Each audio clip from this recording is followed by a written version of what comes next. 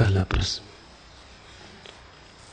आपने कल बताया कि तत्क्षण संबोधि, सडन एनलाइटनमेंट, किसी भी कार्य कारण नियम से बंधा हुआ नहीं, लेकिन यदि अस्तित्व में कुछ भी अकस्मात दुर्घटना की तरह नहीं घटता तो संबोधि जैसी महानतम घटना कैसे इस तरह घट सकती है?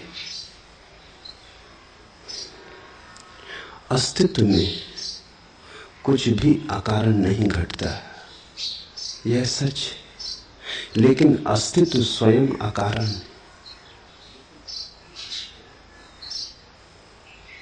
परमात्मा स्वयं अकारण है, उसका कोई कारण नहीं।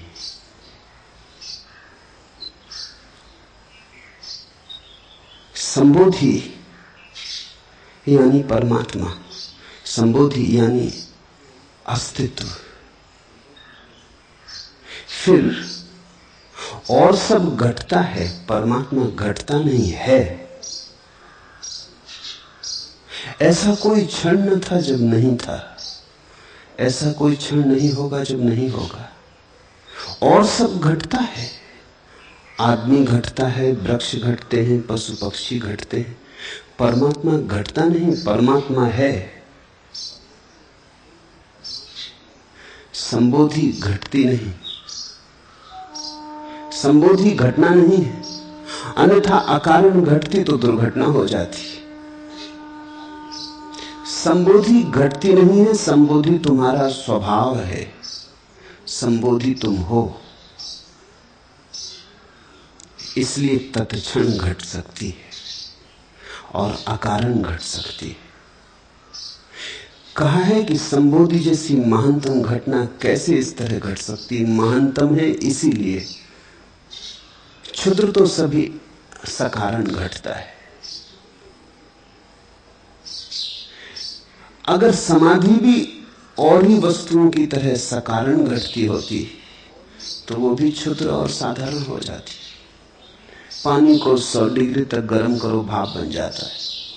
ऐसी ही अगर समाधि भी होती कि 100 डिग्री तक तपश्चर्या करो और समाधि घट जाती, तो विज्ञान की प्रयोगशाला में पकड़ ली जाएगी फिर तुम्हारी समाधि।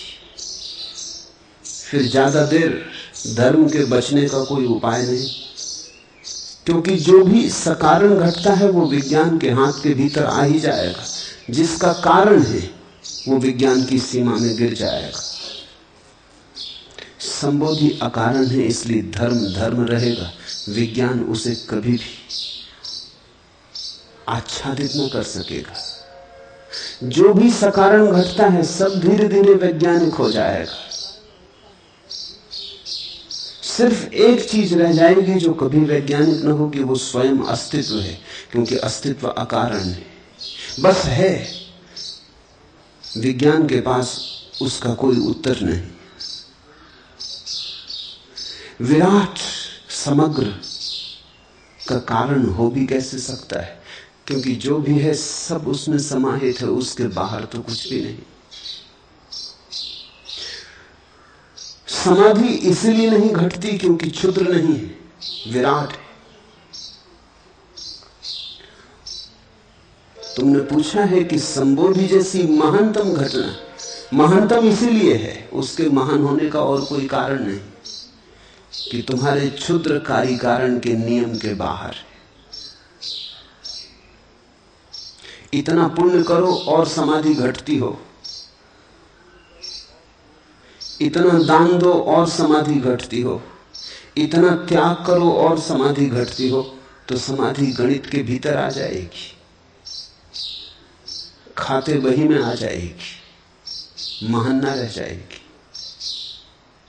अकारण घटती है। भक्त इसलिए कहते हैं प्रसाद रूप घटती, तुम्हारे घटाए नहीं घटती, बरसती है तुम पर अनायास, भेंट रूप, प्रसाद रूप। फिर श्रम और चेष्टा जो हम करते हैं उसका क्या परिणाम?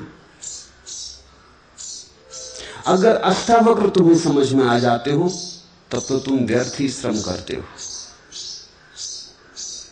तब तो तुम व्यर्थ ही अनुष्ठान करते हो। अनुष्ठान की कोई भी जरूरत नहीं, समझ पर्याप्त है। इतना समझ लेना कि परमात्मा तो है ही और उसकी खोज छोड़ देना। इतना समझ लेना कि जो हम हैं वो मूल से जुड़ा ही है, इसलिए जोड़ने की चेष्टा और दौड़ धूप छोड़ देनी और मिलन घट जाएगा।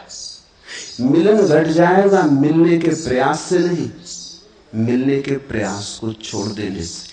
मिलने के प्रयास से तो दूरी बढ़ रही है। जितनी तुम मिलन की आकांक्षा करते हो उतना ही भेद बढ़ता जाता है।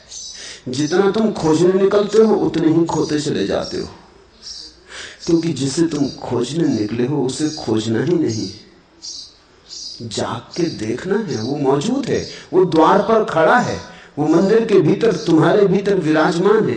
एक क्षण को उसने तुम्हें छोड़ा नहीं, एक क्षण को जुदा हुआ नहीं। जो जुदा नहीं हुआ, जिससे कभी विदाई नहीं हुई, जिससे विदाई हो ही नहीं सकती, उसे तुम खोज खोज के खो रहे हो।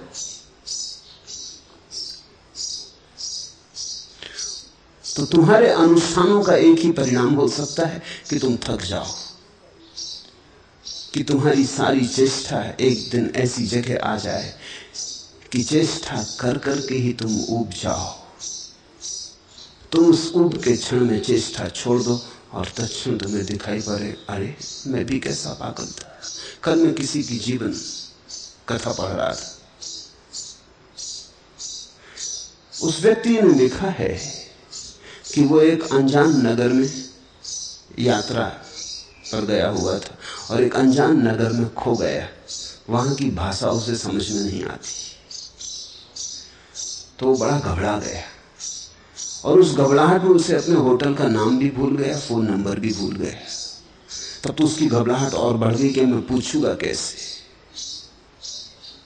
तो बड़ी उत्सुकता से देख रहा है रास्ते पर चलते चलते कि कोई आदमी दिखाई पड़ जाए जो मेरी भाषा समझता हो।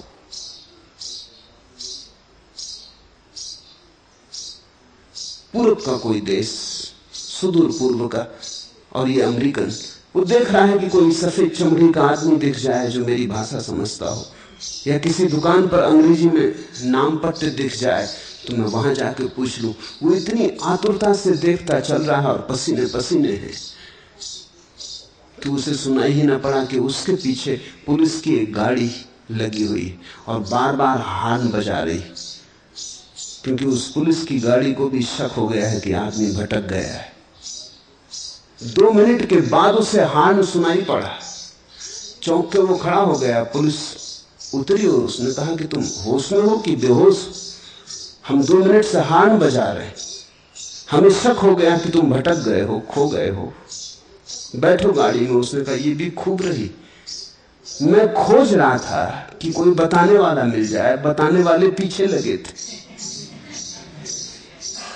मगर मेरी खोज में मैं ऐसा तल्लीन था कि पीछे से कोई हॉर्न बजा रहा है, ये मुझे सुनाई ही ना पड़ा। पीछे मैंने लौट के ही ना देखा। जिसे तुम खोज रहे हो वो तुम्हारे पीछे लगा है। निश्चित ही परमात्मा हार नहीं बजाता, जोर से चिल्लाता भी नहीं, क्योंकि जोर से चिल्लाना तुम्हारी स्वतंत्रता पर बाधा हो जाएगी। फुसफुसाता है कान में, गुपचुप कुछ कहता है, मगर तुम इतने व्यस्त हो, कहां उसकी फुसफुसाहट तुम्हें सुनाई पड़े। तुम इतने शोरगुल से भरे हो, तुम्हारे मन में इतना ऊहापोह चल रहा है, तुम खोज में इस तरह संलग्न हो। स्वामी रामतीर्थ ने कहा है, एक छोटी सी कहानी कही कि एक प्रेमी दूर देश गया, वो लौटा नहीं वापस। उसकी प्रेसी राह देखती रही, देखती देखती थक गई। वो पत्र लिखता है, बार बार कहता है अब आता हूं, तब आता हूं, इस महीने, अगले महीने, वर्ष पर वर्ष बीतने लगे। एक दिन वो प्रेसी तो घबरा गई। प्रतीक्षा की भी एक सीमा होती। उसने यात्रा की और वो उस परदेश के नगर पहुंच गई जहां उसका प्रेमी। पूछताछ करके उसके घर पहुंच गई। द्वार खुला है, सांझ का वक्त है, सूरज ढल गया है। वो द्वार पर खड़े होकर देखने लगी। बहुत दिन से अपने प्यारे को देखा नहीं। वो बैठा है सामने, मगर किसी गहरी तल्लीनता में डूबा है, कुछ लिख रहा है। वो इतना तल्लीन है कि प्रेसी को भी लगा कि थोड़ी देर रुकूं, उसे बाधा न दूं, न मालूम किस विचार तंतु में कौन सी बात खो जाए। वो ऐसा भाव विभोर है, उसकी आंखों से आंसू बह रहे और वो कुछ लिख रहा। वो लिखते ही चला जाता है। घड़ी बीत गई, 2 घड़ी बीत गई, तब उसने आंख उठा के देखी। उसे भरोसा ना आया, वो घबरा गया।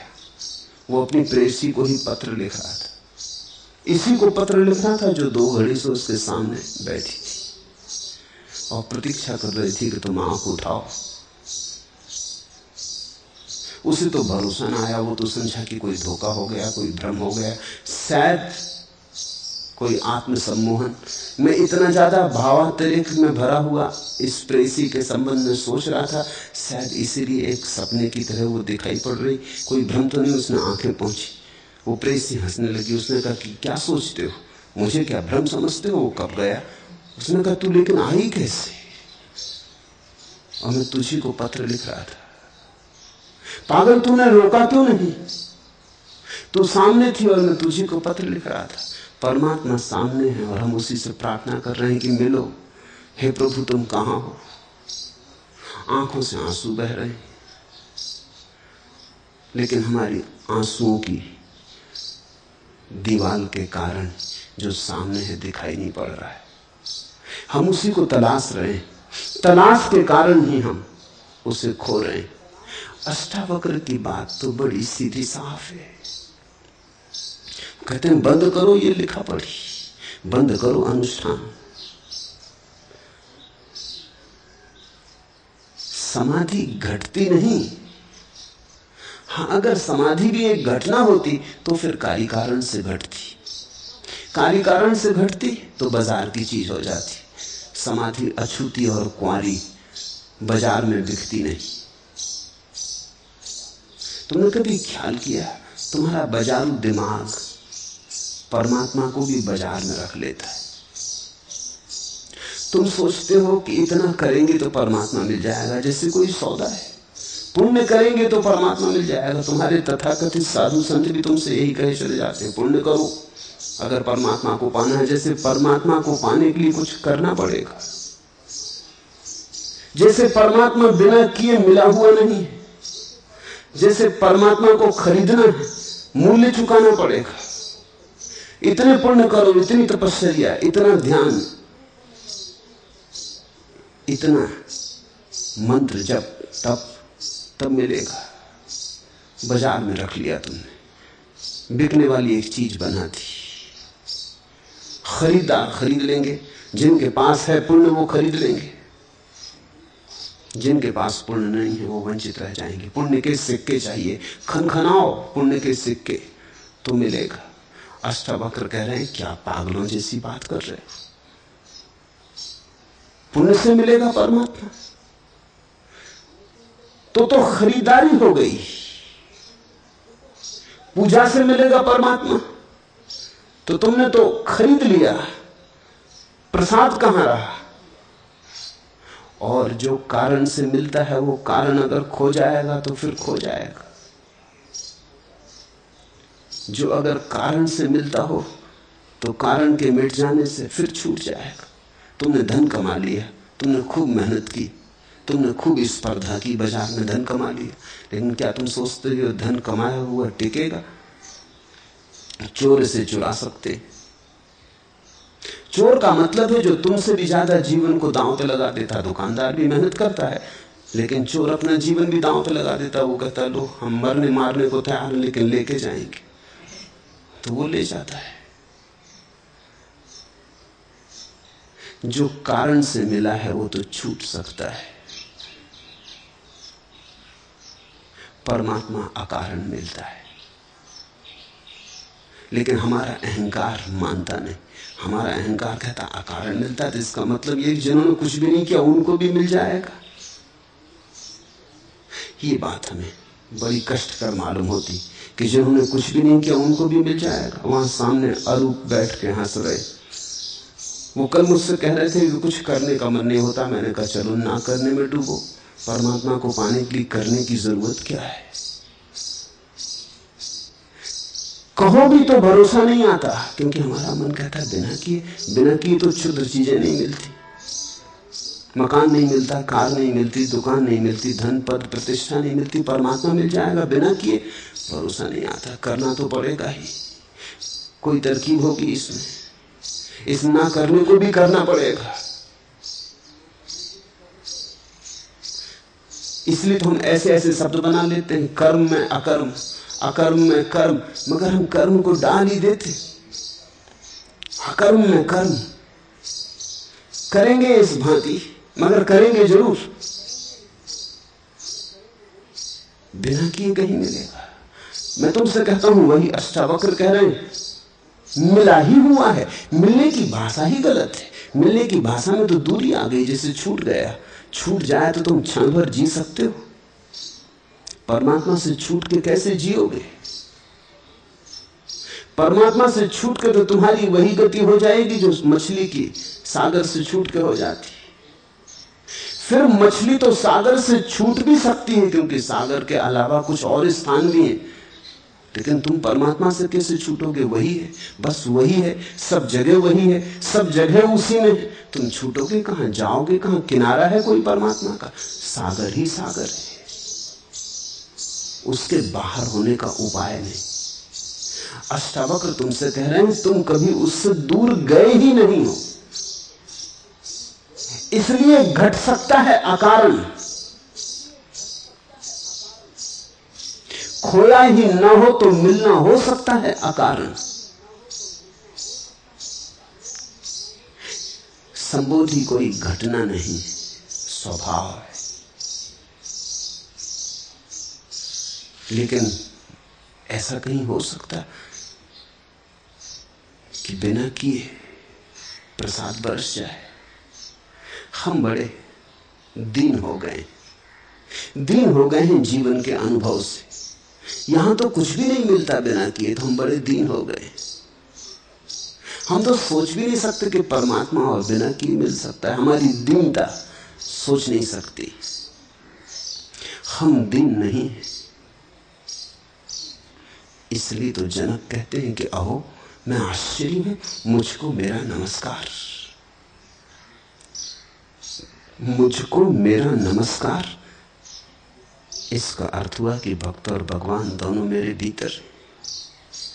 दो कहना भी ठीक नहीं, एक ही मेरे भीतर है। भूल से उसे मैं भक्त समझता हूं, जब भूल छूट जाती है तो उसे भगवान जान लेता हूं। ऐसा ही समझो कि तुम्हारे कमरे में तुमने 2 कुर्सियां ले जाके रखी, फिर और 2 कुर्सियां ले जाके रखी, गलती से तुमने जोड़ ली 5, मगर कमरे में तो 4 ही हैं। तुम चाहे गलती से 5 जोड़ो, चाहे 6, चाहे 50 जोड़ो, तुम्हारे गलत जोड़ने से कमरे में कुर्सियां 5 नहीं होती, कुर्सियां तो 4 ही। तुम चाहे 3 जोड़ो, चाहे 5 जोड़ो, तुम्हारा 3-5 तुम जानो, कुर्सियों के इससे कोई फर्क नहीं पड़ता। कुर्सियां तो 4 ही हैं। ये तुम जो सोच रहे हो कि परमात्मा को खोजना है, तुम्हारा 3-5, परमात्मा तो मिला ही हुआ है, कुर्सियां तो 4 ही हैं। जब भी गणित ठीक बैठ जाएगा तुम कहोगे अहो पहले 5 कुर्सियां थी अब 4 हो गई, ऐसा तुम कहोगे। तुम कहोगे बड़ी भूल हो रही थी, कुर्सियां तो सदा से 4 थी, मैंने 5 जोड़नी थी, भूल सिर्फ जोड़ने की थी। भूल अस्तित्व में नहीं है, भूल केवल स्मरण में। भूल अस्तित्व में नहीं है, भूल केवल तुम्हारे गणित में, भूल ज्ञान में। इसलिए अष्टावक्र कहते हैं कुछ करने का सवाल नहीं है। 5 कुर्सियों को 4 करने के लिए 1 कुर्सी बाहर नहीं ले जानी, या 3 तुमने जोड़ी हैं तो 4 करने को 1 बाहर से नहीं लानी। कुर्सियां तो 4 ही हैं, सिर्फ भूल है जोड़ तोड़ की। जोड़ तोड़ ठीक बिठा लेना है, तो जब जोड़ ठीक बैठ जाएगा तो तुम क्या कहोगे कि अकारण 3 से कुर्सियां 4 हो गई, अकारण 5 से 4 हो गई। नहीं तब तुम हंसोगे, तुम कहोगे होने की तो बात ही नहीं, वो थी ही। भूल सिर्फ हम सोचने की कर रहे थे, सिर्फ भूल मन की थी, अस्तित्व की नहीं थी। भक्त तुम अपने को जानते हो, ये जोड़ की भूल। इसलिए तो अर्जुन कह सके अहो मेरा मुझको नमस्कार। कैसा पागल मैं, कैसा आश्चर्य कि अपने ही माया मोह में भटका रहा। जो सदा था उसे न जाना, और जो कभी भी नहीं था उसे जान लिया। रस्सी में सांप देखा, सीपी में चांदी देखी, किरणों के जाल से मरुद्यान के भ्रम में पड़ गया। जल देख लिया, जो नहीं था देखा, जो था वो इस माया झूठे भ्रम में छिप गया और दिखाई ना पड़ा। संबोधि महान घटना है क्योंकि घटना ही नहीं। संबोधि महान घटना है क्योंकि कार्य कारण के बाहर है। संबोधि घटी ही हुई है। तुम्हें जिस क्षण तैयारी आ जाए, तुम्हें जिस क्षण हिम्मत आ जाए, जिस क्षण तुम अपनी दीनता छोड़ने को तैयार हो जाओ, और जिस क्षण तुम अपना अहंकार छोड़ने को तैयार हो जाओ, उसी क्षण घट जाएगी। न तुम्हारे तप पर निर्भर है, न तुम्हारे जप पर निर्भर है। जब तप में मत खोए रहना। मैं एक घर में मेहमान हुआ एक बार, तो पूरा घर पुस्तकों से भरा था। मैंने पूछा कि बड़ा पुस्तकालय? घर के मालिक ने कहा बड़ा पुस्तकालय नहीं, बस इन सब किताबों में राम राम लिखा है। बस मैं जन्म भर से यही कर रहा हूं, पुस्तकें खरीदता हूं, राम राम राम राम दिन भर लिखता है। इतने करोड़ बार लिख चुका हूं, इसका कितना पुण्य होगा? आप तो कुछ कहें, इसका क्या पुण्य होगा? इसमें पाप भला हो। इतनी कापियां बच्चों के काम आ जाती हैं स्कूल में, तुमने खराब कर दी। तुम पूछ रहे हो पुण्य?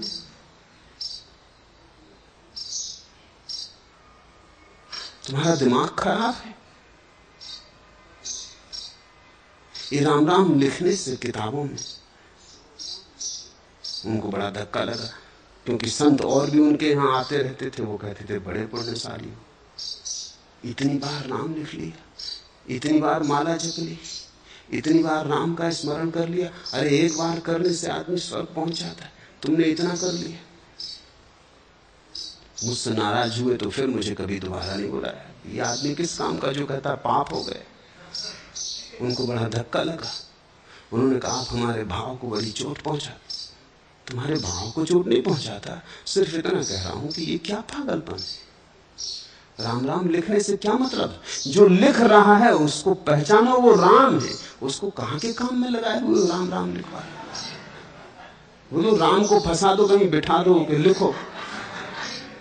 छोड़ो धनुष बाण, पकड़ो कलम, लिखो राम राम। ये कहां फिर रहे हो सीता की तलाश में, और ये क्या कर रहे हो? तो पाप होगा कि पुण्य? और रामचंद्र जी अगर भले आदमी मान लें कि चलो ठीक है, आदमी पीछे पड़ा, ना लिखे तो बुरा ना मान जाए, तो बैठे राम राम लिख रहे, तो उनका जीवन तुमने खराब किया। तुम भी जब लिख रहे हो तो तुम राम से ही लिखवा रहे हो। ये कौन है जो लिख रहा है? इसे पहचानो। ये कौन है जो रटन लगाए हुए है राम राम की? ये कहां उठ रही रट? उसी गहराई में उतरो। अष्टावक्र कहते हैं वहां तुम राम को पाओगे।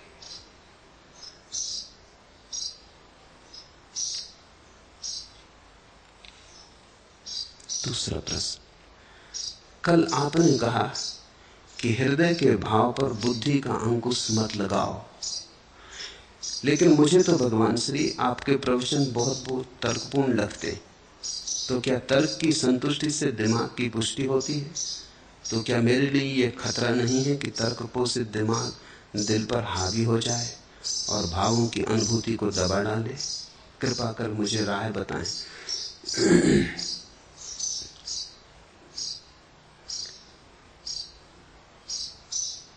मैं जो बोल रहा हूं वो निश्चित ही तर्कपूर्ण है, लेकिन सिर्फ तर्कपूर्ण ही नहीं, थोड़ा ज्यादा भी है। तर्कपूर्ण बोलता हूं तुम्हारे कारण, थोड़ा ज्यादा जो है वो मेरे कारण। तर्कपूर्ण न बोलूंगा तुम समझ ना पाओगे। वो जो तर्कातीत है वो ना बोलूंगा तो बोलूंगा ही नहीं, बोलने में सार क्या फिर।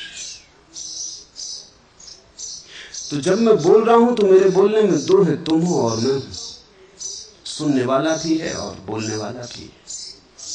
अगर मेरा बस चले तो मैं तर्कातीत ही बोलूं, तर्क बिल्कुल छोड़ दूं, लेकिन तब तुम मुझे पागल समझोगे,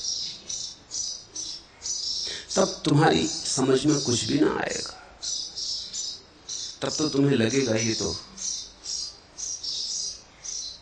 तर्क शून्य,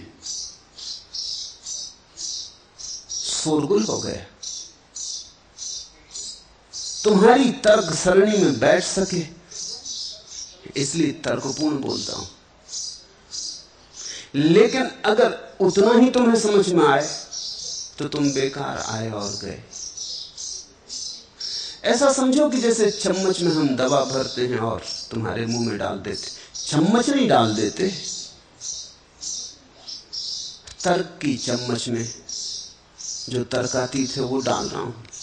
तुम चम्मच मत गटक जाना, नहीं और झंझट में पड़ जाओगे। चम्मच का उपयोग कर लो, लेकिन चम्मच में जो भरा है उस रस को पियो। तर्क की तो चम्मच है, तर्क का तो सहारा है, क्योंकि तुम अभी इतनी हिम्मत में नहीं हो कि तर्कातीत को सुन सको। अगर तर्कातीत ही सुनना है तो पक्षियों के गीत सुन के भी वही काम हो जाएगा जो अष्टावक्र की गीता सुनने से होता है। वे तर्कातीत है। हवाओं का वृक्षों से गुजरना, सरसराहट की आवाज, सूखे पत्तों का राह पर उड़ना, खड़खड़ाहट की आवाज, नदी की धारा में उठती आवाज, आकाश में मेघों का गर्जन, वो सब तर्कातीत है। अष्टावक्र बोल रहे आठों दिशाओं से, सब ओर से, मगर वहां तुम्हें कुछ समझ में ना आएगा। चिड़ियों की चहचहाहट तुम कितनी देर सुन सकोगे? तुम कहोगे हो गई बकवास, थोड़ा बहुत सुन लो ठीक है, लेकिन इस चहचहाहट में कुछ अर्थ तो है ही नहीं। वो जो तर्कातीत है वो तो चिड़ियों की चहचहाहट जैसा ही है,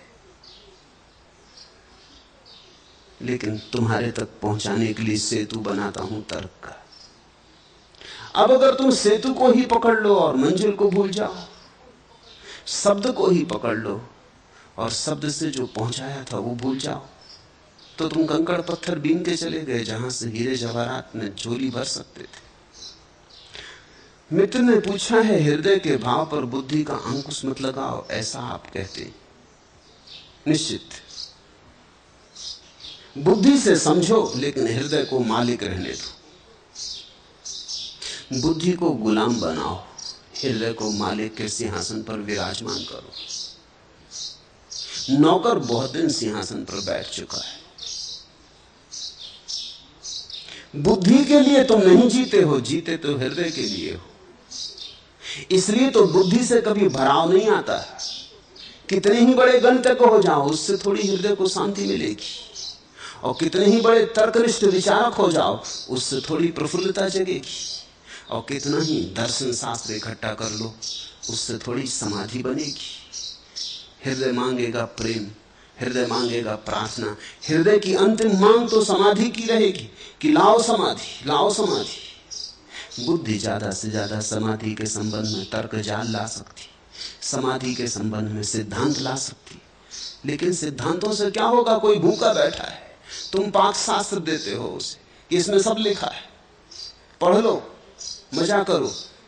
वो पढ़ता भी है, भूख लगी चलो शायद यही काम करे। बड़े बड़े सुस्वादु भोजनों की चर्चा है, कैसे बनाओ, कैसे तैयार करो, मगर इससे क्या होगा? वो पूछता है कि पाक शास्त्र से क्या होगा? भोजन चाहिए, भूखे को भोजन चाहिए, प्यासे को पानी चाहिए। तुम प्यासे आदमी को लिख के दे दो, उसको लगी प्यास, और तुम लिख के दे दो H2O, ये पानी का सूत्र। वो आदमी कागज लेके बैठा रहेगा, क्या होगा? ऐसे तो लोग राम राम लिए बैठे, सब मंत्र H2O जैसे। निश्चित ही पानी ऑक्सीजन और हाइड्रोजन से मिलकर बनता, लेकिन कागज पे H2O लिखने से प्यास नहीं बुझती। तर्क से समझो, हृदय से पियो। तर्क का सहारा ले लो, लेकिन बस सहारा ही समझना, उसी को सब कुछ मत मान लेना। मालिक हृदय को रहने दो। प्रेम और प्रार्थना में, पूजा और अर्चना में, ध्यान और समाधि में बुद्धि बाधा ना दे, इसका स्मरण रखना। सहयोगी जितनी बन सके उतना शुभ है। इसलिए तो तर्क के सहारे तुमसे बोलता हूं कि तुम्हारी बुद्धि को फुसला लूं, राजी कर लूं। तुम 2 कदम राजी होकर हृदय की तरफ चले जाओ, वहां थोड़ा सा भी स्वाद आ जाएगा तो मगन हो जाओगे। फिर तुम खुद ही बुद्धि की चिंता छोड़ दोगे। स्वाद जब आ जाता है तो शब्दों की कौन फिक्र करता है। लेकिन मुझे तो भगवान श्री आपके प्रवचन बहुत बहुत तर्कपूर्ण लगते हैं। वे तर्कपूर्ण हैं। मेरी पूरी चेष्टा है कि तुमसे जो कहूं वो तर्कपूर्ण हो।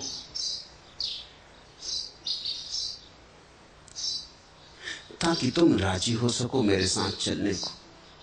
एक बार राजी हो गए फिर तो गड्ढे में गए, फिर तो तुम्हारी पटरी उतार दूंगा। एक बार राजी भर हो जाओ, एक बार हाथ में हाथ आ जाए, फिर कोई चिंता नहीं है। एक दफा तुम्हारा हाथ हाथ में आ गया तो तुम ज्यादा देर हाथ के बाहर न रहोगे। पहुंचा पकड़ा, फिर कलाई पकड़ ली, फिर आदमी गया। तो तर्क से तो पहला संबंध बनाता हूं, क्योंकि वहां तुम जी रहे हो, वहीं से संबंध बन सकता है, वहां तुम हो। इसलिए मेरे पास नास्तिक भी आ जाते, मुझसे नास्तिक भी राजी हो जाते। मुझसे नास्तिक को कोई झगड़ा नहीं होता, क्योंकि मैं नास्तिक की भाषा बोलता हूं। मगर वो तो जाल है, वो भाषा तो जाल है। वो तो ऐसे ही जैसे हम मछली पकड़ने जाते हैं, कांटे पे आटा लगा देते, वो तो आटा है। अगर बचना हो तो आटे से बच जाना, क्योंकि आटा मुंह में लिया तब पता चलेगा कि ये तो कांटा था। तर्क तो आटा है, तर्कातीत कांटा है। तुम्हें फुसलाते, कड़वी भी दवा पिलानी हो तो शक्कर की परत चढ़ाते। छोटे छोटे जैसे बच्चों जैसी हालत है आदमी की। उस शक्कर के रस में कड़वी दवा भी गटक जाता है। जहर भी पी सकते हो तुम, लेकिन अगर सीधा ही तुम्हारे सामने तर्कातीत को खड़ा कर दिया जाए तो तुम भाग खड़े होगे। तुम कहोगे नहीं, इस पे तुम्हारी बुद्धि को भरोसा नहीं आता। तो मैं तुम्हारी बुद्धि को भरोसा लाना चाहता हूं, लेकिन अगर वहीं तुम रुक गए और तुमने सोचा कि आ गया बुद्धि को भरोसा, आप घर जाएं, तो तुम चूक गए। तो तुमने ऐसा समझो कि दवा के ऊपर जो चढ़ी शक्कर थी उसको तो उतार के पी लिया और दवा को फेंक दिया। तर्क की संतुष्टि से क्या दिमाग की पुष्टि होती है? तुम पे निर्भर है। अगर सिर्फ तर्क ही तर्क को सुनोगे तो दिमाग की पुष्टि होगी, लेकिन तर्कों के बीच में अगर तुमने अतर्क को भी थोड़ा सा जाने दिया, बूंद बूंद सही, तो वो बूंद तुम्हारे मस्तिष्क में हृदय की क्रांति को उपस्थित कर देगी।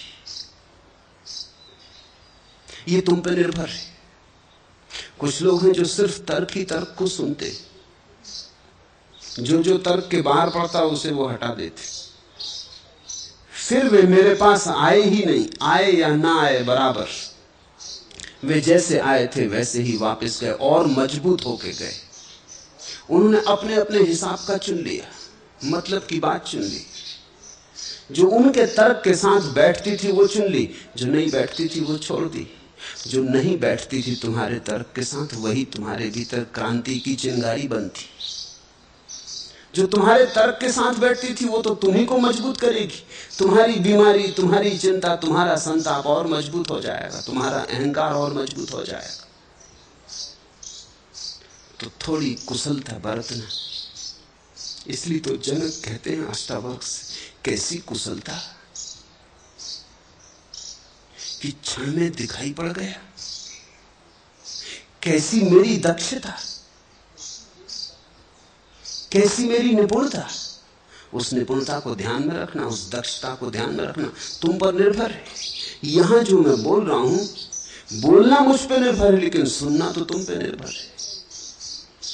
बोलने के बाद तो फिर मैंने जो कहा उस पे मेरी कोई मालकियत नहीं रह जाती। इधर बोला कि वो मेरे हाथ के बाहर हुआ, छूटा तीर, फिर तो तुम्हारे हाथ में है कि कहां लगेगा, कहां तुम लगने दोगे कि बच जाओगे। बुद्धि में लगने दोगे तो तुम यहां से और भी पंडित होकर लौट जाओगे और तर्क कुशल हो जाओगे, विवाद में और प्रवीण हो जाओगे। मगर चूक गए तुम, हृदय में लगने देते तो तुम और आनंदित होते, तुम और अहोभाव से भरते, तो धन्यता का द्वार खुलता, तो प्रसाद की वर्षा की थोड़ी संभावना बढ़ती, तो अमृत की तरफ तुम थोड़े सड़कते, 2 कदम तुमने उठाए होते उस अंतिम पड़ाव की तरफ। पंडित होके मत लौट जाना,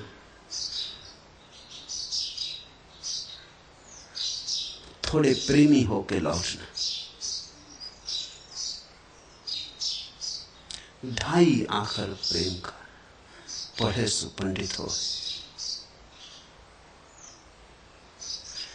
वो 2.5 अक्षर जो प्रेम के हैं वो मत भूलना। तो सुनो मेरे तर्क को, राजी हो मेरे तर्क से, पर साधन की भांति। साध्य यही है कि एक दिन तुम हिम्मत जुटा लोगे और तर्कातीत में छलांग लगा दोगे। तर्क के माध्यम से तुम्हें वहां तक ले चलूंगा जहां तक तुम्हारी बुद्धि जा सकती।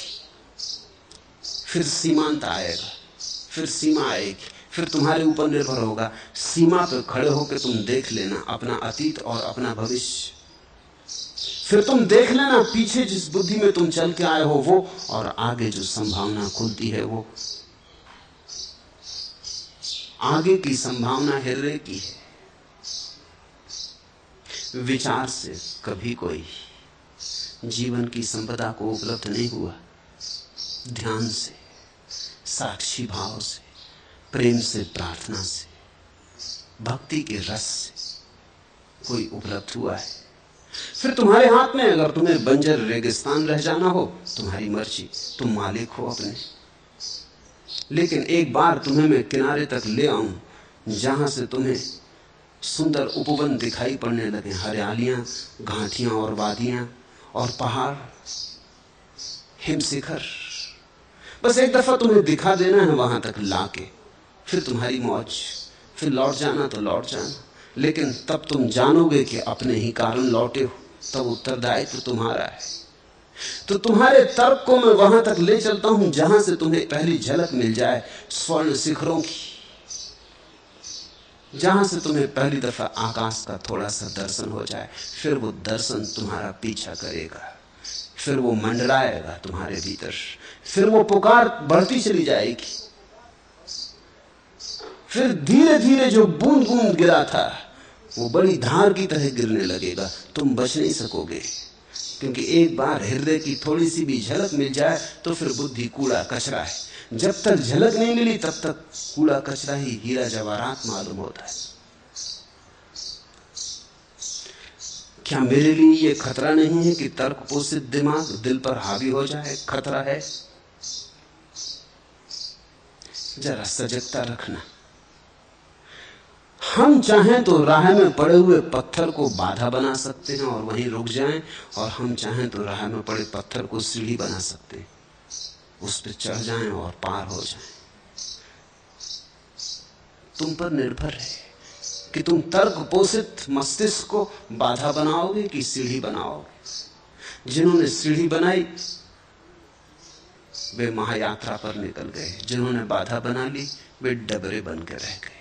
नास्तिक एक डबरा है, आस्तिक सागर की तरफ दौड़ती हुई सरिता है। नास्तिक सड़ता है,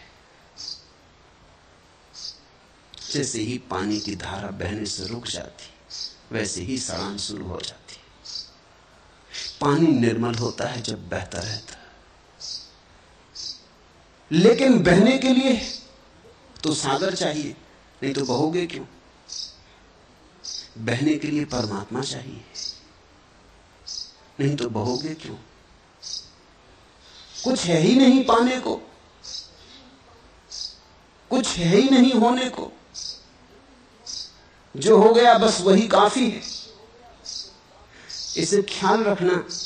दुनिया में दो तरह के लोग हैं, दुनिया दो तरह के वर्गों में विभाजित है। एक वर्ग है जो बाहर की चीजों से कभी संतुष्ट नहीं। ये मकान तो दूसरा चाहिए, इतना धन तो और धन चाहिए, ये स्त्री तो और तरह की स्त्री चाहिए, जो बाहर की चीजों से कभी संतुष्ट नहीं। और भीतर, जिसके भीतर कोई असंतोष नहीं, भीतर जिसके भीतर असंतोष उठता ही नहीं, बस बाहर ही बाहर असंतोष, ये सांसारिक आदमी। फिर एक और दूसरे तरह का आदमी है जो बाहर जो भी है उससे संतुष्ट है, लेकिन भीतर जो है उससे संतुष्ट नहीं। उसके भीतर एक ज्वाला है, एक दिव्य असंतोष। वो सतत प्रक्रिया में, सतत रूपांतरण में, सतत क्रांति में से जीता है। तर्कनिष्ठता तुम्हारी क्रांति में सहयोगी बने, तुम्हें रूपांतरित करे, इतना ख्याल रखना। जहां तर्क पत्थर बनने लगे और क्रांति में रुकावट डालने लगे, वहां तर्क को छोड़ना, क्रांति को मत छोड़ना। मैं कह सकता हूं अंतिम निर्णय तुम्हारे हाथ में।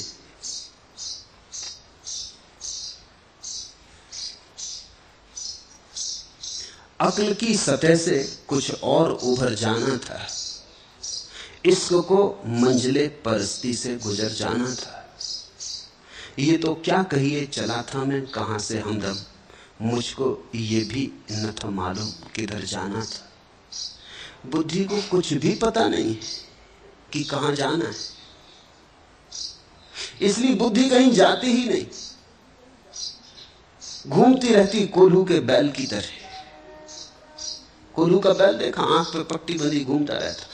आंख पे पट्टी बंधे होने से उससे लगता है कि चल रहे हैं, कहीं जा रहे हैं, कुछ हो रहा है। तुमने देखा तुम कैसे घूम रहे हो, वही सुबह, वही उठना, वही दिन का काम, वही सांझ, वही रात, वही सुबह, फिर वही सांझ।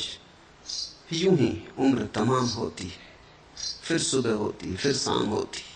एक कोल्हू के बैल की तरह तुम घूमते चले जाते। ये तो क्या कहिए चला था मैं कहां से हमदम, मुझको ये भी न था मालूम किधर जाना था। अक्ल की सतह से कुछ और उभर जाना था, इश्क को मंजिले परस्ती से गुजर जाना था। जब तुम बुद्धि की सतह से थोड़े ऊपर उठते हो, तब आकाश में उठते हो, पृथ्वी छूटती, सीमा छूटती, असीम आधा, बंधन गिरते, मोक्ष की थोड़ी झलक मिलती। इश्क को मंजिले परस्ती से गुजर जाना था। फिर एक ऐसी घड़ी भी आती, पहले तो बुद्धि से तुम हृदय की तरफ आते हो, फिर एक ऐसी घड़ी आती हृदय से भी गहरे जाते हो। इश्क को मंजिले परस्ती से गुजर जाना था।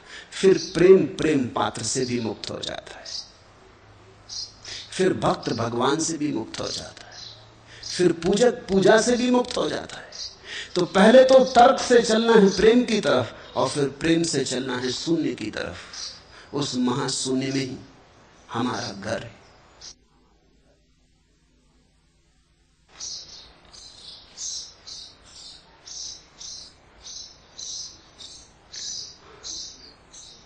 बुद्धि में तुम हो, हृदय में तुम्हें होना है। इसलिए बुद्धि से मैं शुरू करता हूं, हृदय की तरफ तुम्हें ले चलता हूं। जो हृदय में पहुंच गए हैं उनको वहां भी नहीं बैठने देता, उनको कहता हूं चलो आगे और आगे। हर नए क्षण को पुराने की तरह एक परिचित प्रीति गाने की तरह वक्ष में भर तार पर तार बोते चलो, और बीती रागनी रीते नहीं, इस तरह हर तार के होते चलो। नए कदम अज्ञात में, अनजान में, अपरिचित में उठाना है। परिचित में ही मत अटके रह जाना। बुद्धि का क्या अर्थ होता है, तुमने सोचा कभी? जो तुम जानते हो उसका जोड़। बुद्धि का क्या अर्थ होता है? इतना ही कि तुम्हारा अतीत का संग्रह। बुद्धि में वही तो संग्रहित है जो तुमने सुना, पढ़ा, जाना, अनुभव किया। जो हो चुका है वही तो संग्रहित है। जो अभी होने को है उसका तो बुद्धि को कोई भी पता नहीं। तो बुद्धि तो अतीत है, जा चुका, मृत। बुद्धि तो राख है। बुद्धि में ही अटक गए तो तुम अतीत के ही रास्तों पर भटकते रहोगे, ज्ञात में ही चलते रहोगे। अज्ञात में गति है, ज्ञात में गति नहीं है। कोल्हू के बैल की तरह भ्रमण है। हृदय का अर्थ है अज्ञात, अनजान, अपरिचित, अभियान। पता नहीं क्या होगा, पक्का नहीं, क्योंकि जाना ही नहीं कभी, तो पक्का कैसे होगा। नक्शा हाथ में नहीं, अज्ञात की यात्रा। न मील के पत्थर हैं वहां, न राह पर खड़े पुलिस के सिपाही हैं मार्ग बताने को। लेकिन जो आदमी अज्ञात की तरफ यात्रा करता है वही परमात्मा की तरफ यात्रा करता है। परमात्मा इस जगत में सबसे ज्यादा अज्ञात घटना है,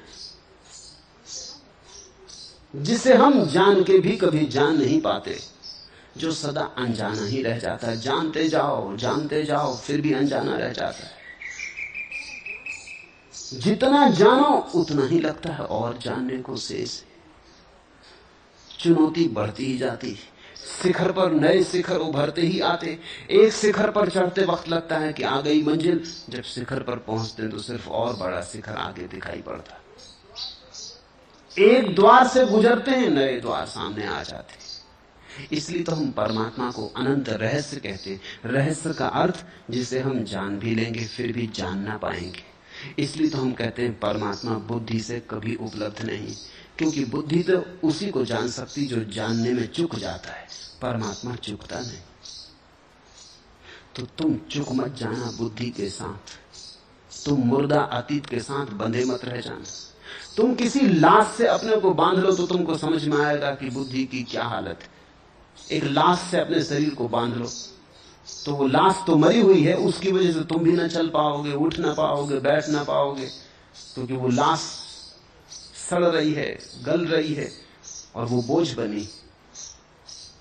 बुद्धि लाश है, हृदय नया अंकुर है, नव अंकुर जीवन के।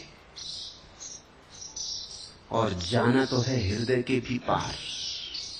हर नए क्षण को पुराने की तरह, एक परिचित प्रीति गाने की तरह वक्ष में भर तार पर तार बोते चलो, और बीती रागनी रीते नहीं, इस तरह हर तार के होते चलो, हर नए कदम के होते चलो, और हर आने वाली संभावनाओं के लिए वक्ष खुला रखो। स्वागतम। हृदय तैयार रखो। अनजान जब पुकारे तो सकुशाना मत, अपरिचित जब बुलाए तो ठिठकना मत, अज्ञेय जब द्वार पर दस्तक दे तो भयभीत मत होना, चल पड़ना। यही धार्मिक व्यक्ति का लक्षण है।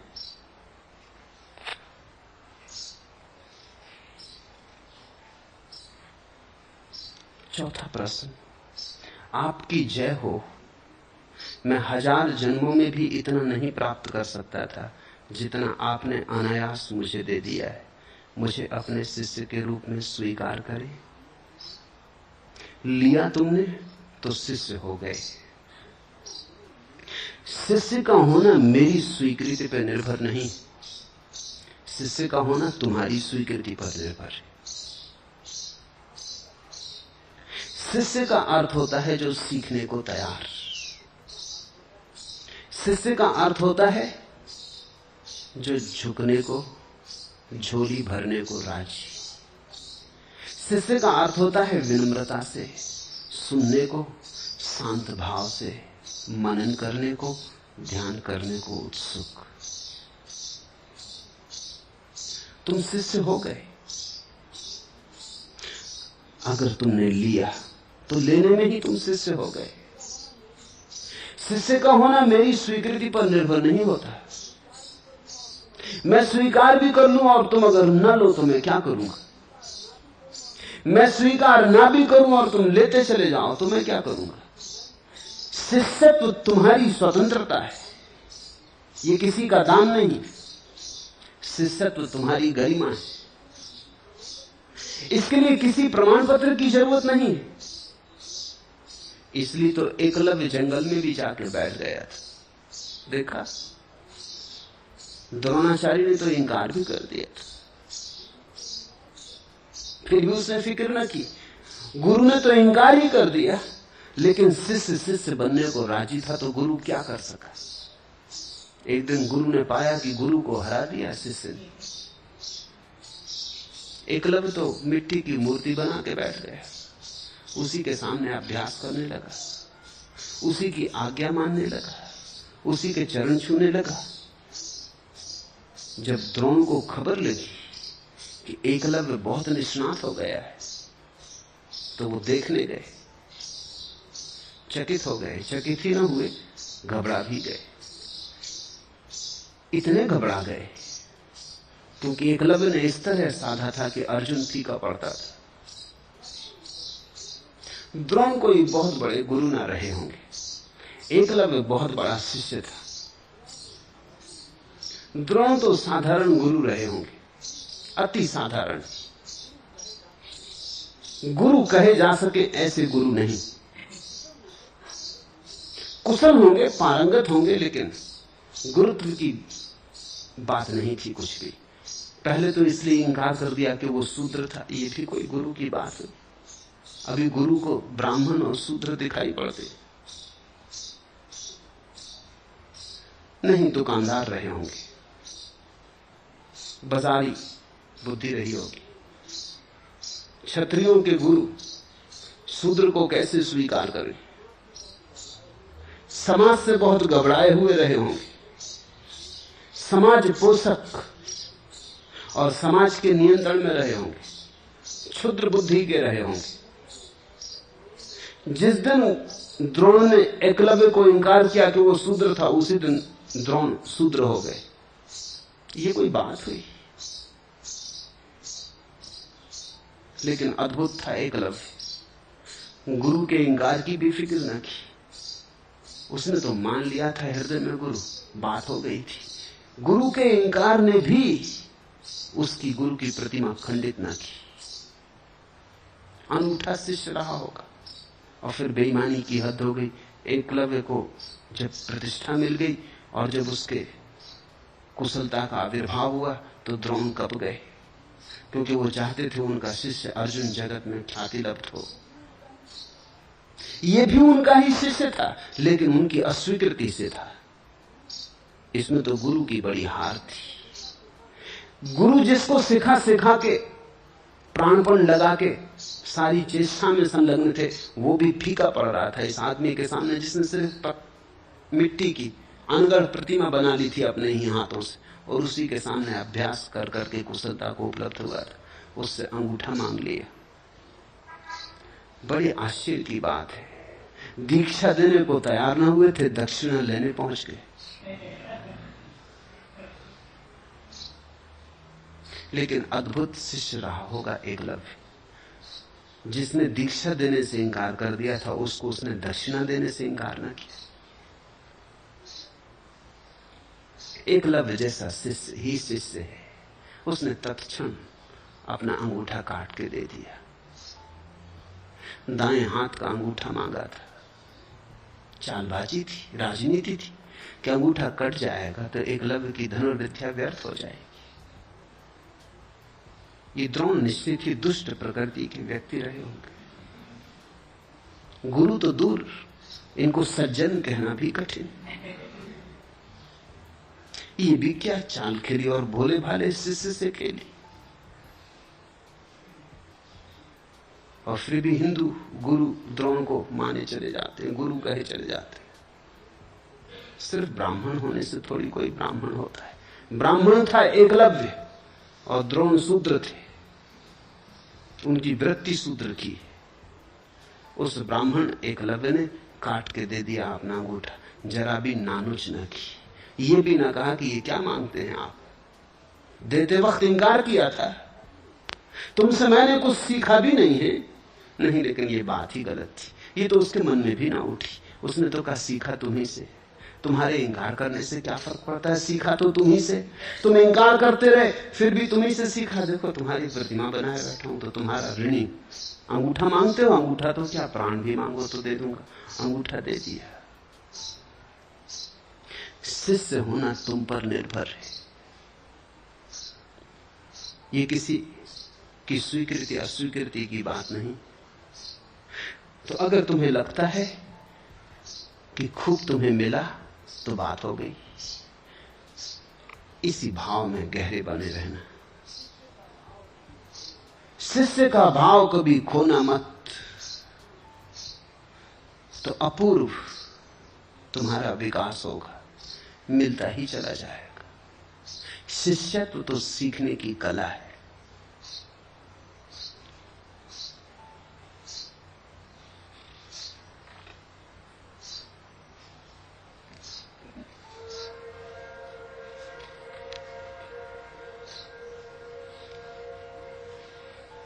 चौथा प्रश्न, सुना था कि शराब कड़वी होती है और सीने को जलाती, पर आपकी शराब का स्वाद ही कुछ और है। तो जिस शराब से तुम परिचित रहे वो शराब ना रही होगी, क्योंकि शराब ना तो कड़वी होती और ना सीने को जलाती। और जो सीने को जलाती है और कड़वी है वो शराब का धोखा है, शराब नहीं। तो तुम्हें शराब का पहली दफे ही स्वाद आया। अब झूठी शराब में मत उलझना।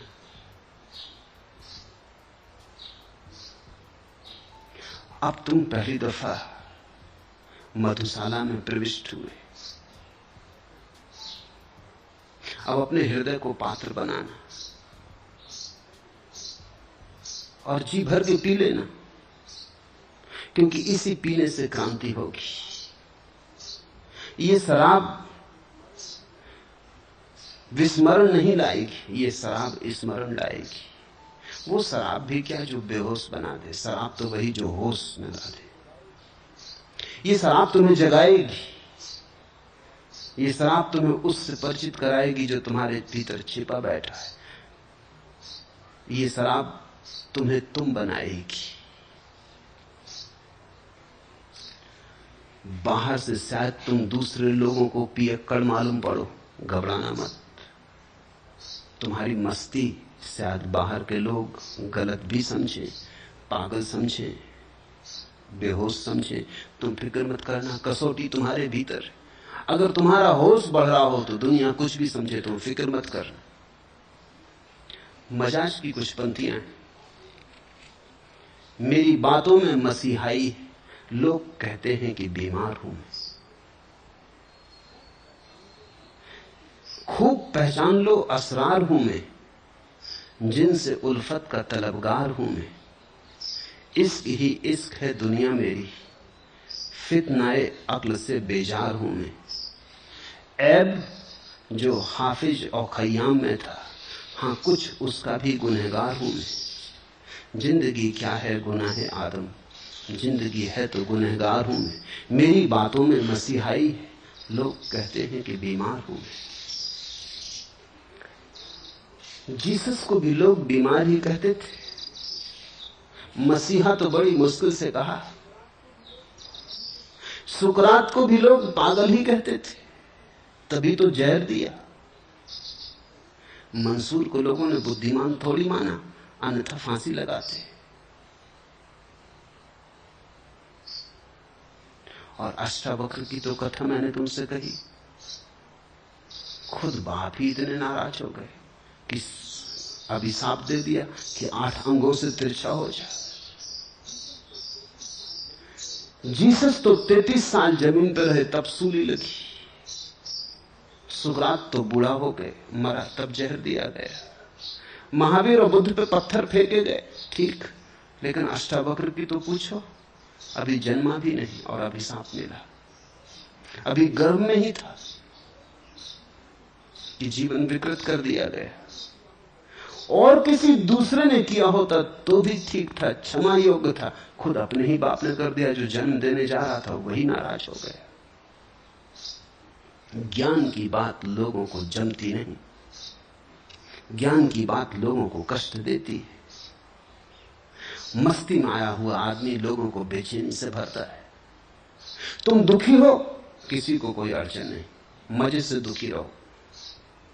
लोग कहते हैं दिल खोल के दुखी रहो, कोई अड़चन नहीं। बिल्कुल ऐसा होना चाहिए, वैसा हो रहा है।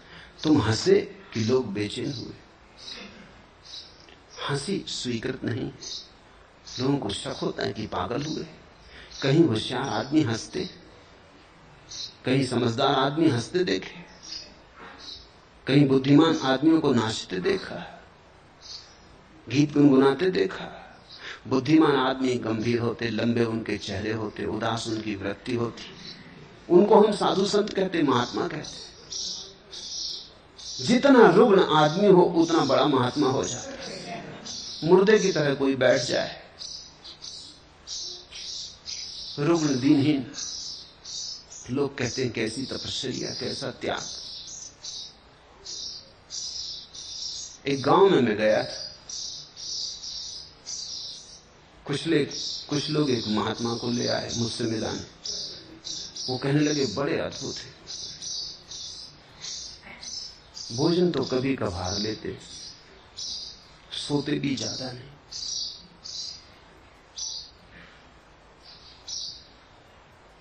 बड़े शांत थे, बोलते करते भी ज्यादा नहीं। और तपस्या का ऐसा प्रभाव है कि चेहरा कुंदन जैसा निखर आया, स्वर्ण जैसा।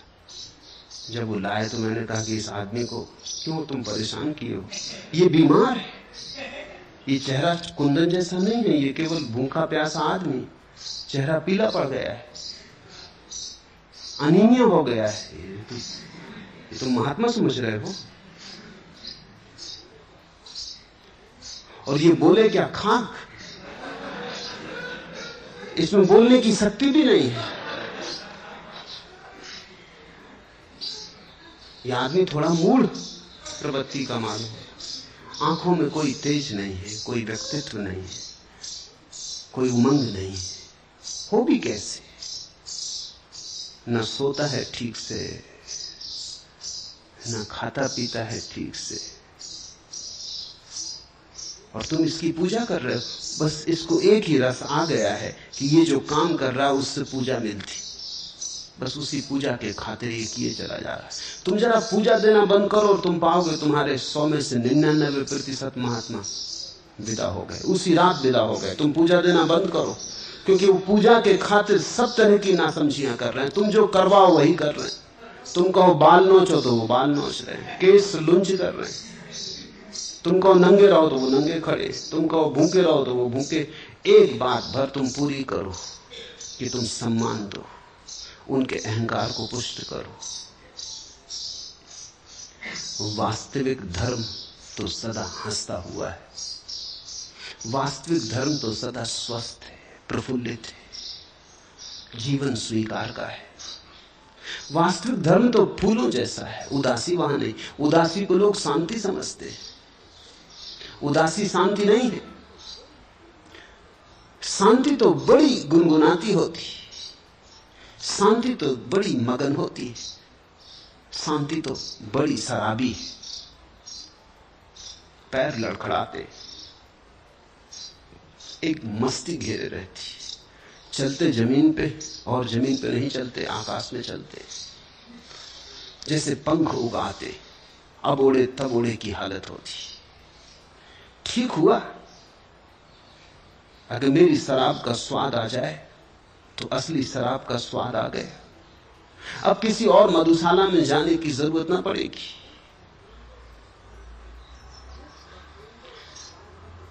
खूब पहचान लो असरार हूं मैं, जिनसे उल्फत का तलबगार हूं मैं। बस एक ही प्यास रखो जिनसे उल्फत, प्रेम नाम की वस्तु की। बस एक ही मांग रखो, प्रेम नाम की वस्तु, जिनसे उल्फत का तलबगार हूं मैं। इश्क ही इश्क है दुनिया मेरी, और तुम्हारी सारी दुनिया, तुम्हारा सारा अस्तित्व प्रेम में हो जाए बस काफी। फितनाए अक्ल से बेजार हूं मैं, और बुद्धि के उपद्रव को छोड़ो, उतरो प्रेम की छाया में। इश्क ही इश्क है दुनिया मेरी, फितनाए अक्ल से बेजार हूं मैं। ऐब जो हाफिज और खय्याम में था, हाँ कुछ उसका भी गुनहगार हूं मैं। ऐब जो बुराई हाफिज और खय्याम में थी, उमर खय्याम में, उमर खय्याम को समझा नहीं गया। उमर खय्याम के साथ बड़ी जाती हुई। एक दिन बंबई में मैं निकल रहा था एक जगह से एक जगह, होटल पे लिखा हुआ है उमर खय्याम। उमर खय्याम के साथ बड़ी जाती हुई। फिज़राल्ड ने जब उमर खय्याम का अंग्रेजी में अनुवाद किया तो बड़ी भूल चूक हो गई। फिज़राल्ड समझ नहीं सका उमर खय्याम को, समझ भी नहीं सकता था, क्योंकि उमर खय्याम को समझने के लिए सूफियों की मस्ती चाहिए, सूफियों की समाधि चाहिए। उमर खय्याम एक सूफी संत, थोड़े से पहुंचे हुए महापुरुषों में एक, बुद्ध और अष्टावक्र और कृष्ण और जरथुस्त्र की कोटि का आदमी। उसने जिस शराब की बात की है वो परमात्मा की शराब है। उसने जिस हुस्न की चर्चा की है वो परमात्मा का हुस्न। लेकिन फिज़राल्ड नहीं समझा, पश्चिमी बुद्धि का आदमी, उसने समझा शराब यानी शराब। उसने अनुवाद कर दिया। फिज़राल्ड का अनुवाद खूब प्रसिद्ध हुआ। अनुवाद बड़ा सुंदर है, काव्य बड़ा सुंदर है। फिज़राल्ड निश्चित बड़ा कवि है, लेकिन वो समझ नहीं पाया। सूफियों की जो खूबी थी वो खो गई कविता में से, और उमर खय्याम जाना गया फिज़राल्ड के माध्यम से। तो उमर खय्याम के संबंध में बड़ी भूल हो गई। उमर खय्याम ने शराब कभी पी ही नहीं, किसी मधुशाला में कभी गया नहीं, लेकिन उसने कोई एक शराब जरूर पी, जिसको पी लेने के बाद और सब शराबें फीकी पड़ जाती। गया एक मधुशाला में, जिसको हम मंदिर कहें, जिसको हम प्रभु का मंदिर कहें। ऐब जो हाफिज और खय्याम में था, हाँ कुछ उसका भी गुनहगार हूं। मजाज खुद भी, जिनकी ये पंक्तियां हैं, उमर खय्याम को गलत समझा। वो भी यही समझा कि शराब यानी शराब। मजाज शराब पी पी के मरा। जिस शराब की तुम बात कर रहे हो कि जो हृदय को जलाती और कड़वी और तिक्त होती, मजाज उसी को पी पी के जवानी में मरा, बुरी तरह मरा, बड़ी बुरी मौत हुई। मैं जिस शराब की बात कर रहा हूं, कहीं गलती से तुम कुछ और मत समझ लेना। जो भूल उमर खय्याम के साथ हुई वो मेरे साथ मत कर लेना, उसकी संभावना है। मैं तुमसे कहता हूं, भोगो जीवन को साक्षी भाव से। साक्षी भाव को छोड़ देने का मन होता है, भोगने की बात पकड़ में आ जाती।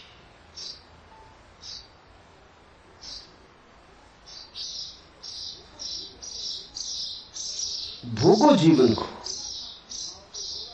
लेकिन अगर बिना साक्षी भाव के भोगा तो भोगा ही नहीं। साक्षी भाव से भोगा तो ही भोगा। पियो शराब, लेकिन अगर होश खो गया तो पी ही नहीं शराब। अगर शराब पी पी के होश बढ़ा तो ही पी, तो समाधि के अतिरिक्त कोई शराब नहीं। मेरे देखे मनुष्य जाति में तब तक शराब का असर रहेगा जब तक समाधि का असर नहीं बढ़ता। जब तक असली शराब उपलब्ध नहीं है लोगों को, तब तक लोग नकली शराब पीते रहेंगे। नकली सिक्के तभी तक चलते हैं जब तक असली सिक्के उपलब्ध ना हो। सारी दुनिया की सरकारें कोशिश करती हैं कि शराब बंद हो जाए। ये होगा नहीं, ये तो सदा से वो कोशिश कर रहे हैं। साधु महात्मा सरकारों के पीछे पड़े रहते हैं कि शराबबंदी करो, अनशन कर देंगे, ये कर देंगे, वो कर देंगे, शराब बंद होनी चाहिए। लेकिन कोई शराब बंद कर नहीं पाया। अलग अलग नामों से, अलग अलग ढंगों से आदमी मादक द्रव्यों को खोजता रहा है। मेरे देखे सरकारों के बस के बाहर है कि शराब बंद हो सके। लेकिन अगर समाधि की शराब जरा फैलनी शुरू हो जाए, असली सिक्का उतारा है पृथ्वी पर, तो नकली बंद हो जाए। अगर हम मंदिरों को मधुशालाएं बना लें और वहां मस्ती और गीत और आनंद और उत्सव होने लगे, और अगर हम जीवन को गलत धारणाओं से न जिए, स्वस्थ धारणाओं से जिए, और जीवन एक अहोभाग्य हो जाए, तो शराब अपने आप खो जाएगी। आदमी शराब पीता है दुख के कारण। दुख कम हो जाए तो शराब कम हो जाए। आदमी शराब पीता है अपने को बुलाने के लिए, क्योंकि इतनी चिंताएं हैं, इतनी तकलीफ है, इतनी पीड़ा है, न बुलाएं तो क्या करें। अगर चिंता, दुख, पीड़ा कम हो जाए तो आदमी की शराब कम हो जाए। और एक अनूठी घटना मैंने घटते देखी। कई बार कुछ शराबियों ने आके मुझसे संन्यास ले लिया, फंस गए भूल में, सोच के ये आए कि ये आदमी तो कुछ मना करते ही नहीं कि पियो कि ना पियो, कि खाओ ये ना खाओ, वो ना खाओ, कोई हर्जा नहीं। वो बड़े प्रसन्न हुए। उन्होंने कहा कि आपकी बात में बिल्कुल जचती, ये किसी ने बताई ही नहीं। लेकिन जैसे जैसे ध्यान बढ़ा, जैसे जैसे सन्यास का रंग छाया, वैसे वैसे उनके पैर मधुशाला की तरफ जाने बंद होने लगे। दूसरी मधुशाला पुकारने लगी। एक शराबी ने 6 महीने ध्यान करने के बाद मुझे कहा कि पहले मैं शराब पीता था क्योंकि मैं दुखी था, तो दुख भूल जाता था। अब मैं थोड़ा सुखी हूं, शराब पीता हूं तो सुख भूल जाता। बड़ी मुश्किल हो गई। सुख तो कोई भुलाना नहीं चाहता। ये आपने क्या कर दिया? मैंने कहा तुम चुन लो।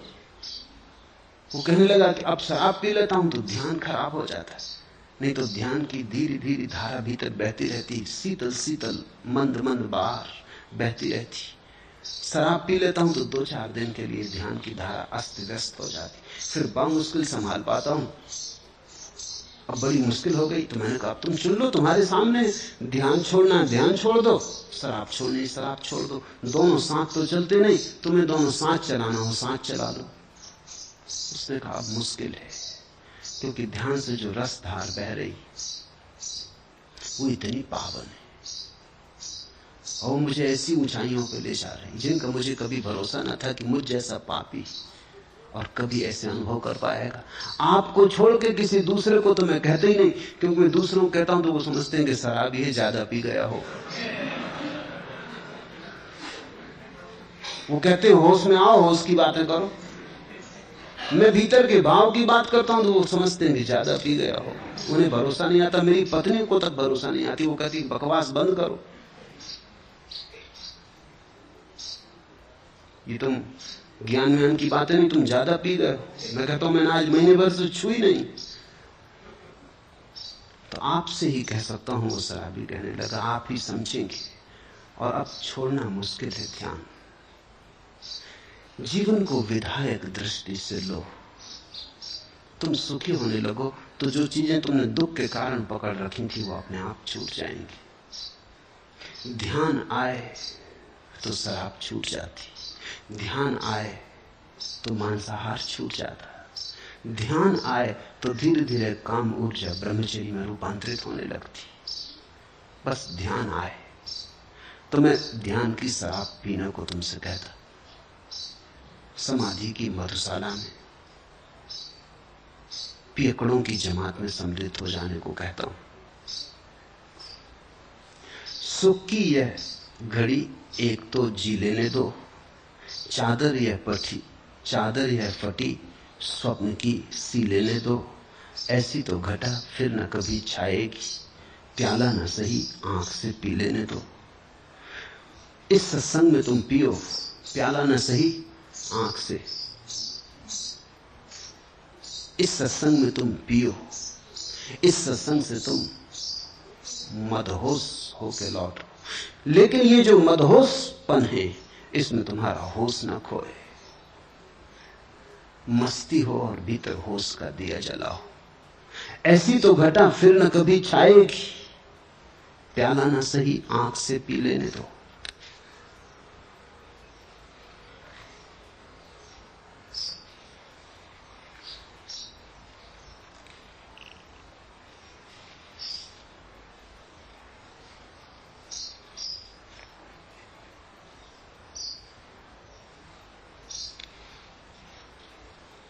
पांचवा प्रश्न, क्या धारणा और स्वस्वभाव या ऑटो सजेशन एक ही है? धारणा और स्वभाव या बोध में क्या भेद है? रामकृष्ण परमहंस की काली क्या सर्वथा धारणा की बात थी या उनका अपना अस्तित्व है? विभूति या भगवान के साथ संवाद क्या संभव नहीं? धारणा और सुझाव, ऑटो सजेशन एक ही बात है। ऑटो सजेशन वैज्ञानिक नाम है धारणा का, दोनों में कोई भेद नहीं। और स्वभाव और धारणा बड़ी भिन्न बात है। स्वभाव तो वही है जो सभी धारणाओं के छूट जाने पर प्रकट होता है। स्वभाव तो वही है जब तुम्हारे मन से सभी विचार और सभी धारणाएं तिरोहित हो जाते, तब उसका दर्शन होता है। स्वभाव की धारणा नहीं करनी होती। एक सन्यासी मेरे घर मेहमान हुए। वो सुबह सांझ बैठ के बस एक ही धारणा करते, अहम ब्रह्मास्मि, मैं ब्रह्म हूं, मैं देह नहीं, मैं मन नहीं, मैं ब्रह्म हूं। ऐसा 2-4 दिन मैंने उन्हें सुना। मैंने कहा कि अगर तुम हो तो हो, ये बार बार क्या दोहराते? अगर नहीं हो तो बार बार दोहराने से क्या होगा? भ्रांति हो सकती है। बार बार पुनरुक्ति करने से अहम ब्रह्मास्मि, ऐसा पुनरुक्ति करते रहो तो भ्रांति हो सकती कि हो गए ब्रह्म।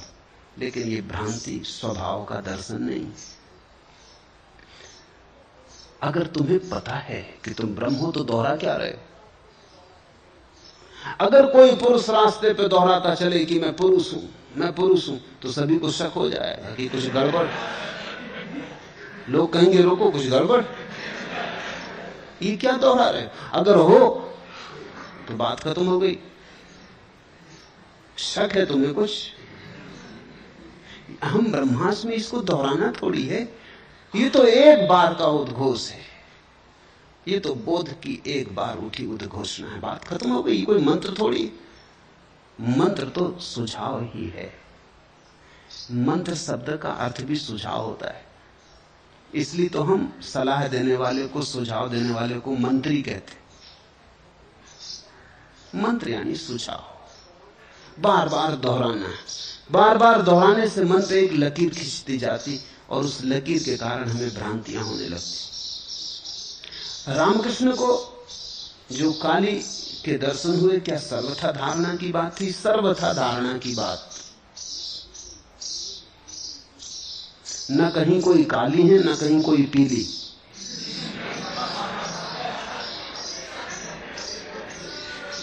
सब मन की धारणा है और सब धारणाएं गिरनी चाहिए। इसलिए तो रामकृष्ण की जब काली की धारणा गिर गई तो उन्होंने कहा अंतिम बाधा गिर गई। अपनी ही धारणा थी। और जब रामकृष्ण ने तलवार उठा के अपनी काली की धारणा को काटा तो क्या तुम सोचते हो खून वगैरह निकला? कुछ नहीं निकला। धारणा भी झूठी थी, तलवार भी झूठी थी। झूठ से झूठ की टकराहट हुई, कुछ और हुआ नहीं।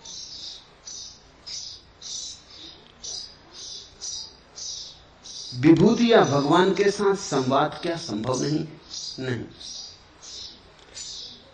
जो भी संवाद तुम करोगे वो कल्पना होगी, क्योंकि जब तक तुम हो तब तक भगवान नहीं, और जब भगवान है तब तुम नहीं। संवाद कैसे होगा? संवाद के लिए तो दो चाहिए। तुम और भगवान साथ साथ खड़े हो तो संवाद हो सकता है।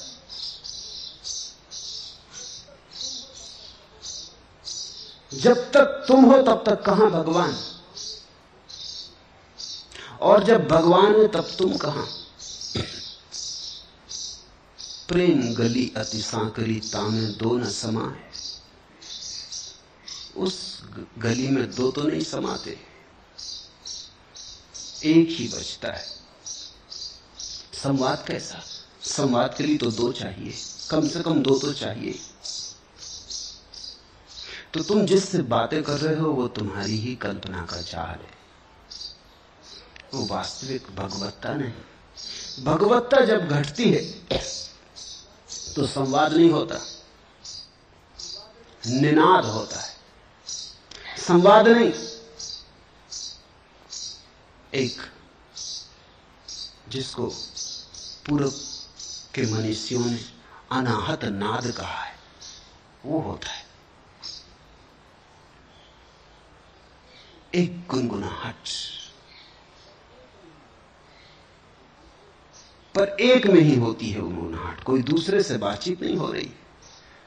ओंकार की ध्वनि का उठना,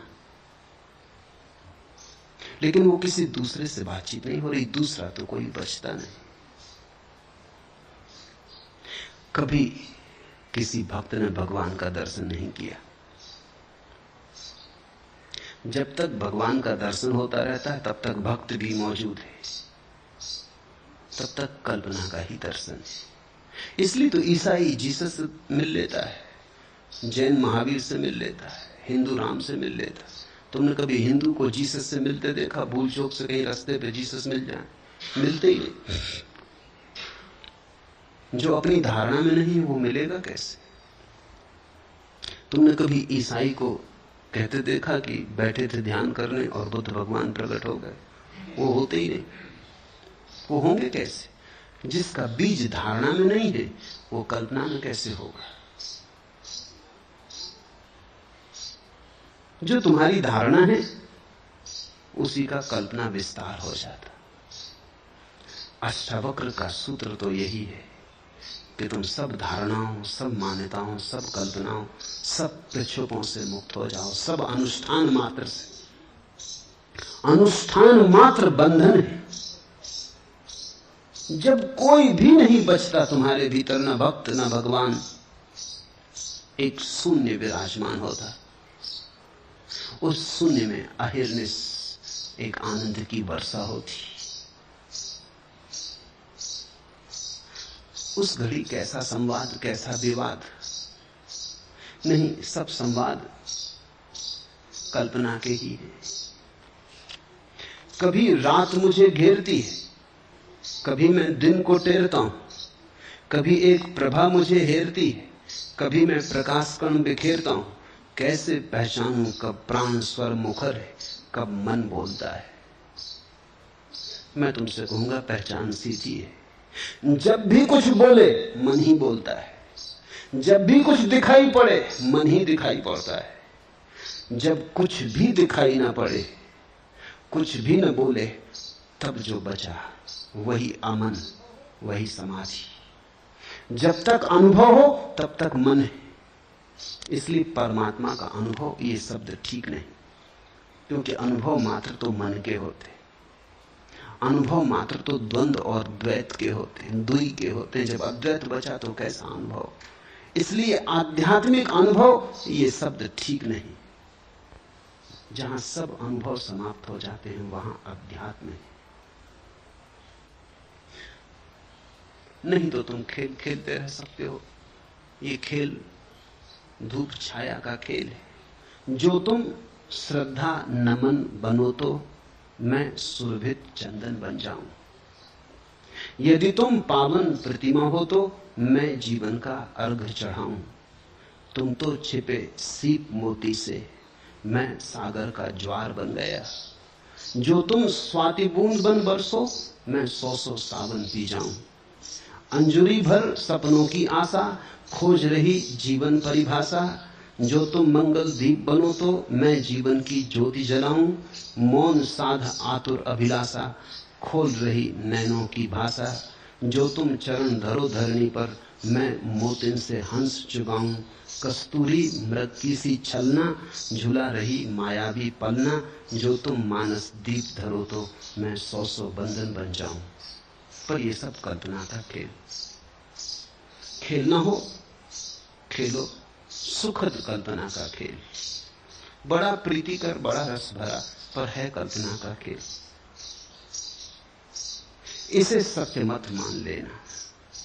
सत्य तो वहां है जहां न मैं न तू। सत्य तो वहां है जहां दुई गई, द्वंद्व गया, द्वैत गया, बचा एक ओंकार सतनाम।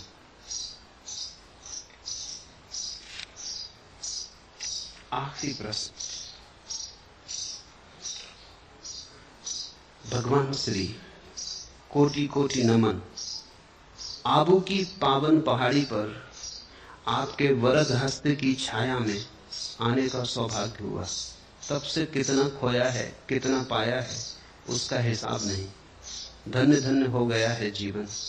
प्रश्न बनता नहीं, जबरदस्ती